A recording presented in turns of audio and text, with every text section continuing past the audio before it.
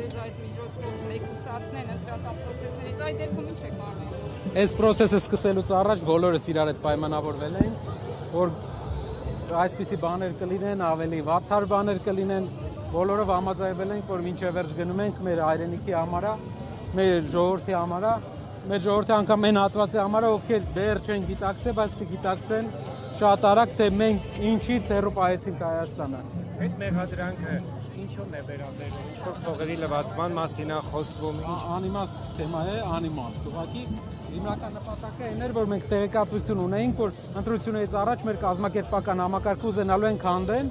առանցքային մարդկանց, ոչ, որովհետև մենք գիտեինք, որ իրենք այդպիսի բաներ են ուզում անեն եւ նախապատրաստվել էինք նրանով, որ յուրաքանչյուր մեզանից յուրաքանչյուրի հետ կապված մենք ունենք փոխարինողներ, որ պայքարը շարունակվի եւ մի քանի օր է մնացել մինչեւ հաղթական ավարտ։ Պարոն Կարապետյան, դուք սա որակում եք լինել չլինելու Հայաստանի գոյատևության պայքար եւ ասում եք այո, մենք զոհաբերությունների կգնանք, որպեսզի փրկենք ժողովրդին։ Բայց դրսում արևմտյան լրատվամիջոցներում այս պայքարը որակվում է ընդհանրապես Ռուսաստանի եւ Արևմուտքի պայքար հակառուսական տրամադրությունների ներքո է ներկայացվում։ Ի վերջո, ի վիճակի կլինեք հաղթահարել այդ բարիերը, որ ստեղծվել է կոնսենսուսը, որ կա Արևմուտքի կողմից իշխանությունների նկատմամբ։ Գիտեք, այդ ով որ հայտարարում է իրենց համար կարևոր չէ, Հայաստան 100,000 ադրբեջանցի կապրի, 200,000 ադրբեջանցի կապրի, թե ով կապրի, իրենց համար կարևոր է ուղղակի ինչ որ ձևաչափով Հայաստանը հակադրել իրենց շահերի համար, բայց մեր համար կարևոր է, որտեղ էս վերջի տարածքն է մեր հայրենիքի, որ մնացել է հայկական եւ մենք պետք է չթողենք դուր բացվի։ Այս է տարբերությունը։ Ինչ վերաբերում է լինել չլինելը, մենք չենք ասում։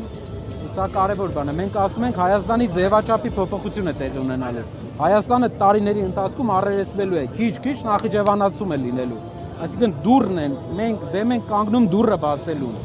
որ դուռը չբացվի երկրի եւ մեր երկիրը մնա հայկական։ Господин Карапетян, как вы видите дальнейшие отношения с Россией, Армении с Россией? На русском, на армянском. На русском, пожалуйста. Будут нормальные отношения в рамках наших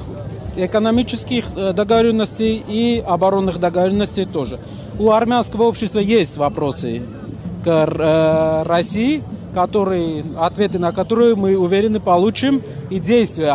получим. Действия, которые укрепят наши отношения. Но наше общество ждет этого. Но мы привержены всем договоренностям, которые наша страна подписывала до этого, и будем последовательно идти в этом отношении. Сейчас Россия запретила экспорт практически всех армянских продуктов. Разве это союзническое отношение? Мы должны все сделать, чтобы охлаждения не было, чтобы торговые хорошие отношения сохранились. Предшествовали разные процессы, про которые я не хочу тут вдаваться в подробности, но будьте уверены, что созидательное отношение к отношениям к любой стране,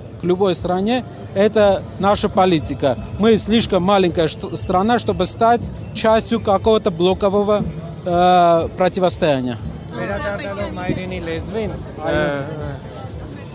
Ես բիբարի հարցը կլուծեմ, մեր ժողովուրդը բիբարի հետ հայրենիք փոխփոխություն չէ, ժողովուրդ չէ։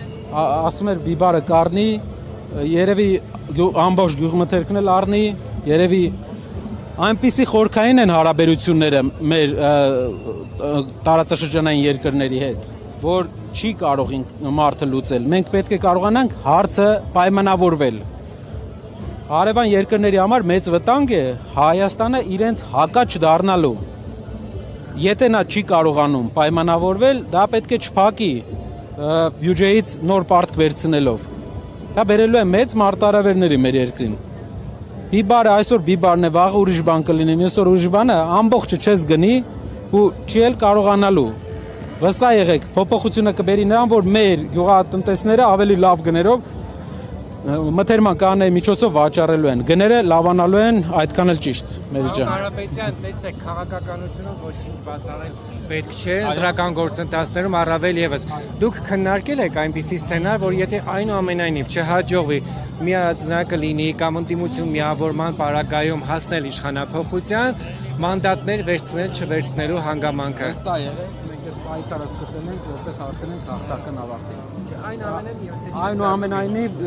հասկանում եմ ձեր հարցը, բայց այնուամենայնիվ ուզում եմ շեշտեմ, որ մենք գնում ենք դեպի հաղթական ավարտ։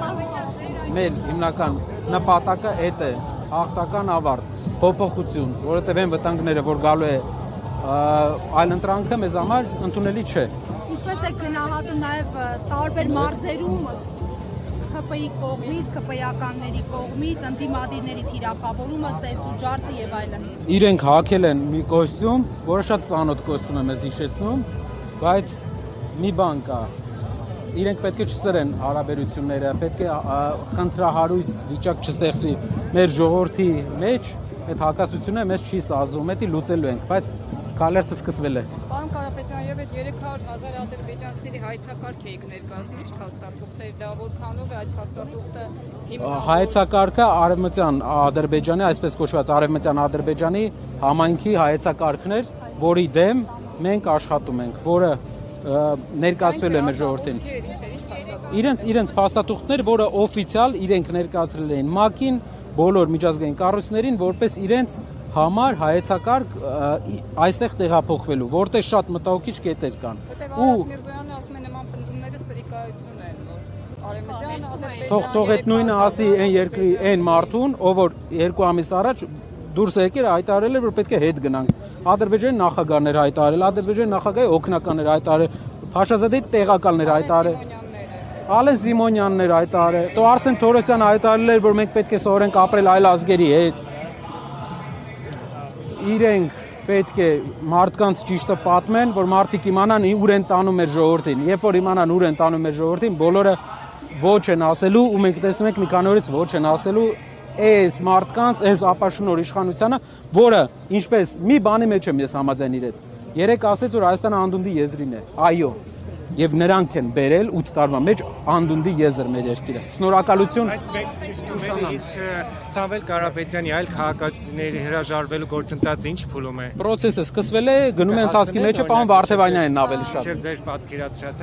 Մինչև ինագորացիան կասցնենք։ Պարոն Կարապետյան, Եթե տեղյակ եք հետևել եք լրահոսին, այսօր իշխանական ներկայացուցիչները հղում անելով հակակոռուպցիոն կոմիտեի ձայնագրության ենթադրյալ, որը վերագրվում է ԲՀԿ-ին, աջակիցների խոսքն են նշում, որ ըստ որի խոսվում է, որ ընտրություններից հետո Ծառուկյանը, Կարապետյանը, Քոչարյանը միավորվելու են եւ ասում են, ահա հաստատվեց։ Դուք սա ինչպես եք մեկնաբանում։ Կարող են շատ գործակալներ ուղարկել, մեր ընկերները հարյուրավոր դեպքեր են ասում, երբ գործակալը գալիս եւ սադրում է ինչ որ խոսակցություն ու մարդկանց բան է անում,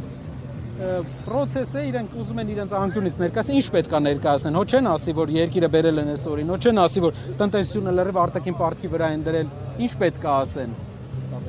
ինչ պետք է մեր երկրի զարգացման մասին ասեն, ոչ մի բան չունեն ասելու, տանում են ինչ-որ տեղեր, հələ նայեք ինչի մասին են խոսում, իրենք ինչ են ասում, մենք առաջնային լրջագույն խնդիրներ ենք բարձրացնում, իրենք գնում են ինչ-որ մի մասնավոր խոսակցություն հրապարակում են եւ ամբողջ քաղաքական հետևանքների են դրանք բերում, եթե այդպես են մոտեցել նաև հայ-ադրբեջանական բանակցություններին, պարզ է թե ինչու է այս արդյունքը։ Շնորհակալ եմ։ Բանավեճին գնալու եք։ Սիրով։